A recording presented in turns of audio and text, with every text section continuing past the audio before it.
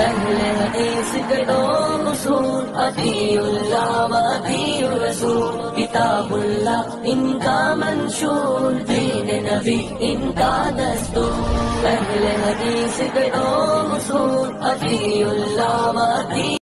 اجتماعی زندگی گزارنے کے لیے امیر کی اطاعت لازم اور واجب ہے، بہت ضروری ہے. سب سے پہلے یاد رکھیں امیر کون ہونا چاہیے. امیر وہ ہو خدا ترس ہو، اللہ سے ڈرنے والا ہو، نمازوں کا پابند ہو، اصلاح معاشرہ کا جذبہ رکھتا ہو، خلیق ہو، ادب والا ہو اور قیادت کا صلاحیت کا مالک ہو، زہد و ورع کا پیکر ہو، متقی ہو، تقویٰ رکھنے والا ہو، لوگوں کے درمیان اصلاح کا کام کرنے والا ہو. جب ایسا امیر منتخب ہو جائے یاد رکھیں اپنی زبانوں کو خاموش رکھیں. دیکھا جاتا ہے خصوصاً جب کوئی جماعت کا امیر بن جاتا ہے لوگ 5 سال تک اس کو نشانہ ستم بنا دیتے ہیں. لوگ اس کو 5 سال تک بدنام کرنے کی کوشش کرتے ہیں بلا تحقیق کے، بغیر کسی تحقیق کے. لوگوں کی زبانیں عام زبان دراز ہو جاتی ہیں، وہ امیر کو نشانہ ستم بناتے ہیں، امیر پر سب و شتم کرتے ہیں. عزیزان ملت یاد رکھیں اسلام کی تعلیمات کے خلاف ہے. امیر کا انتخاب اللہ رب العالمین نے امیر کو یہ موقع دے دیا، 5 سال تک کام کر رہا ہے تو اپنی زبانوں کو خاموش رکھیں. اگر کوئی اختلاف ہے تو بڑے ہی احترام کے ساتھ اس جانب توجہ مبذول کروائیں. لوگوں کے سامنے غیبت کر کے بدنام کرنے کی کوشش نہ کریں. پیارے نبی محمد رسول اللہ صلی اللہ علیہ وسلم نے کیا فرمایا تھا؟ آپ نے فرمایا اوصیکم بتقوی اللہ عز وجل. آج افسوس کا مقام تو یہ ہے ہمارے پاس جو امیر کی حیثیت سے آنا چاہتا ہے وہ سب سے پہلے انفرادی طور پر یا ذاتی طور پر صحیح نہیں ہوتا. وہ سود کھا رہا ہوتا ہے، وہ نمازوں کو چھوڑنے والا ہے، نمازوں کو ترک کرنے والا ہے، منہج سلف کا متبع نہیں ہے، اہل حدیث کیا اس کو پتا نہیں. یاد رکھیں اگر ایسا ہے تو وہ اس عمارت کو لینے سے باز رہے، اس لیے کہ عمارت کو قبول کرنا یہ سب سے بڑی ذمہ داری ہے. عمارت قبول کر لے اور اس کے بعد اس کے اندر صلاحیت قابلیت نہیں ہے، صرف عمارت کو انا کا مسئلہ بنائے. یاد رکھیں کل قیامت کے دن ایسے شخص کا حساب و کتاب بہت خطرناک ہوگا. پیارے نبی علیہ الصلوۃ والسلام نے فرمایا اوصیکم بتقوی اللہ عز وجل. اے لوگوں میں تم کو اللہ تعالیٰ کے تقوی کی وصیت کرتا ہوں. والسمع والطاعہ، امیر کی اطاعت کرنا، امیر کی بات کہنے کا میں تمہیں حکم دیتا ہوں. پھر آپ نے فرمایا وَإِن تَأَمَّرَ عَلَيْكُمْ عَبْدًا حَبَشِيًّا. لوگوں اگر تمہارا امیر کالا کلوٹا حبشی غلام بھی بن جائے تو اس کی اطاعت کرو. عزیزان ملت غور کیجیے گا اللہ کے نبی نے کالے کلوٹے شخص کی مثال کیوں دی؟ اس لیے کہ عرب لوگوں کے پاس سب و نسب کا بہت بڑا فخر تھا. وہ لوگ اجمی کو نہیں مانتے تھے، رنگ و نسل میں امتیاز کرنے والے تھے.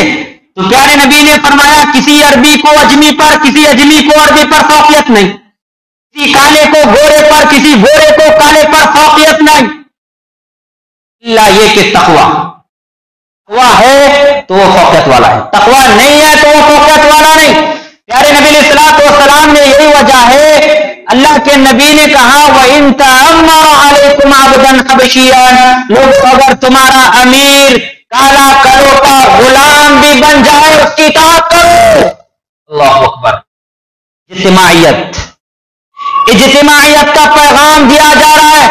اگر کالا کلوٹا رنگ و نسل کو دیکھ کر عمارت کو چھوڑ دو گے، اس کی اطاعت کو چھوڑ دو گے، اس کا کہاں ماننے سے انکار کرو گے تو کیا ہوگا؟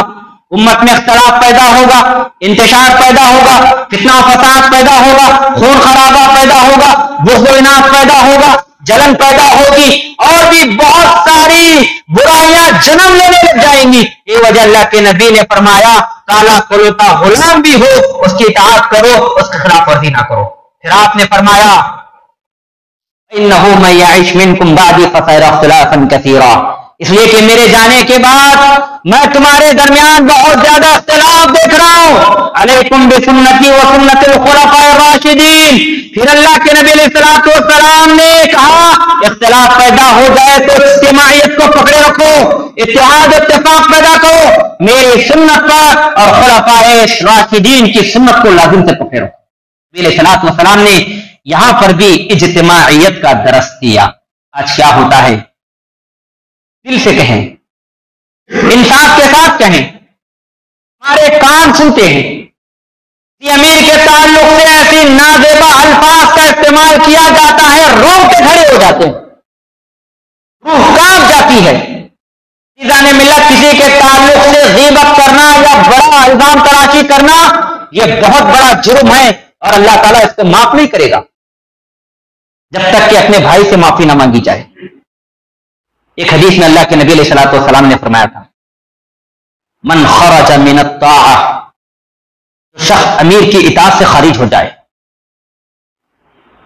ومن فارق الجماعہ, اور جو شخص جماعت سے جدا ہو جائے, الگ ہو جائے, مات اور ایسی حالت میں مر جائے, میتتن جاہلیہ, مات میتتن جاہلیہ, اللہ کے نبی نے فرمایا ایسا شخص جاہلیت کی موت پر مر گیا.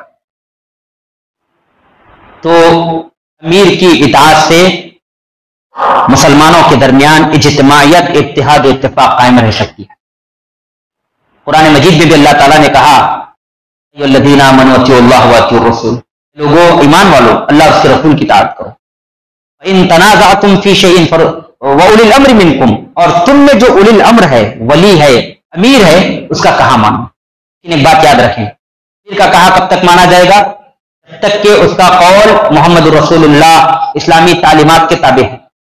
اگر اس کا قول رسول اللہ کی تعلیمات کے خلاف ہے تو اس وقت امیر کی بات کو قبول نہیں کیا جائے گا, اس کی اصلاح کی جائے گی علماء کے ذریعے سے, بہترین دلائل کے ذریعے سے.